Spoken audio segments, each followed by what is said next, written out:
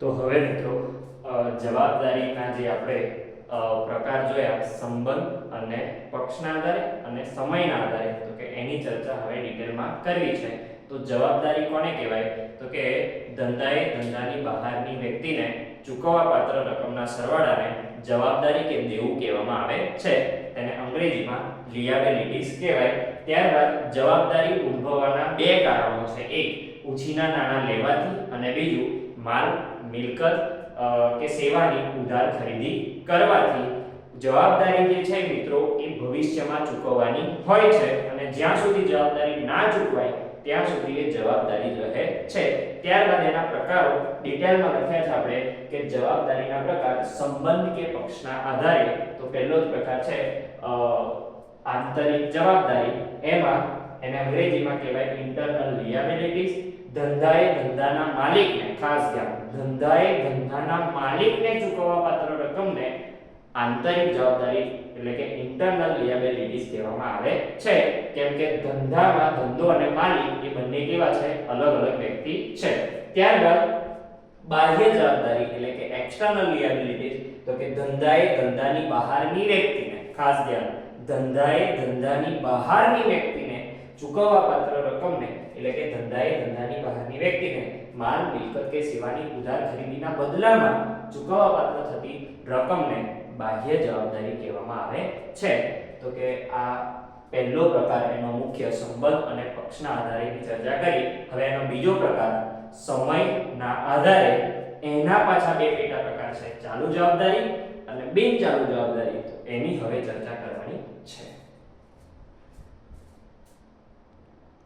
તો હવે મિત્રો સમયના આધારે પણ એના બે પ્રકાર છે, ચાલુ જવાબદારી અને બિન ચાલુ જવાબદારી. તો ચાલુ જવાબદારી કોને કહેવાય? તો કે જે જવાબદારી એક જ વર્ષમાં, એવું લખવું જોઈએ, એક જ વર્ષમાં ચૂકવવાની હોય છે તેને ચાલુ જવાબદારી કહેવામાં આવે છે. એટલે કે એક જ વર્ષમાં નાણાં ચૂકવી દેવાના હોય તેને ચાલુ જવાબદારી કહેવાય. ઉદાહરણ તરીકે લખવું હોય તો મિત્રો લખી શકાય ઉધાર ખરીદી. બરાબર, આપણી દુકાનમાં કે આપણી કંપનીમાં જે માલ ખરીદે છે, જેનું વેચાણ કરીએ છીએ, માલ ખરીદે છે, તો કે એના નાણાં તૈયારીમાં જ ચૂકવવાના હોય, નહીં તો બીજી વાર આપણને માલ આપશે નહીં. તો કે ટૂંકા ગાળાની જવાબદારી છે. ત્યારબાદ ચૂકવવાના બાકી ખર્ચા.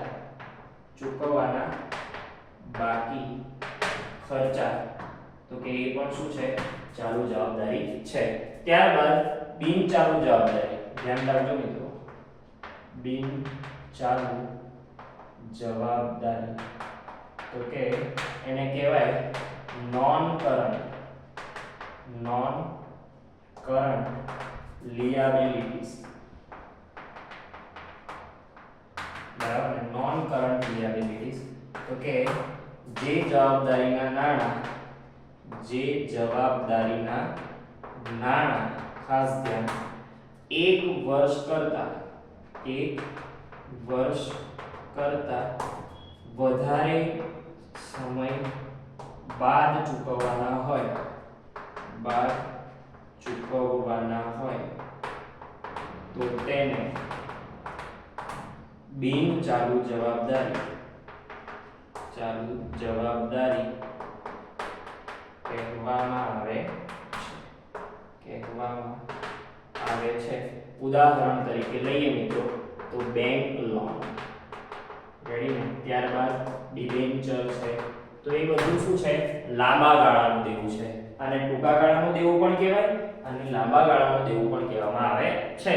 તો અહીંયા આપણો જવાબદારીનો જે ખ્યાલ છે આખો પૂર્ણ થાય છે. ફરીથી મિત્રો, ધંધાએ ધંધાની બહારની વ્યક્તિને ચૂકવવાપાત્ર રકમના સરવાળાને જવાબદારી કહેવાય. એના બે કારણો છે, ઉછીના નાણાં લેવાથી, માલ, મિલકત કે સેવાની ઉધાર ખરીદી કરવાથી. ત્યારબાદ એના પ્રકારોમાં બે છે, સમય અને પક્ષના આધારે, અને સંબંધ અને પક્ષના આધારે અને સમયના આધારે. તો સંબંધ અને પક્ષના આધારે બે છે, આંતરિક જવાબદારી, બાહ્ય જવાબદારી, અને બીજું સમયના આધારે ચાલુ જવાબદારી અને બિન ચાલુ જવાબદારીની ચર્ચા કરી છે. હવે આગળ આપણે નવા કોઈ પારિભાષિક શબ્દની ચર્ચા કરીશું. આ બધી જ બાબતોને આપણે લખી અને તૈયાર કરવાની છે.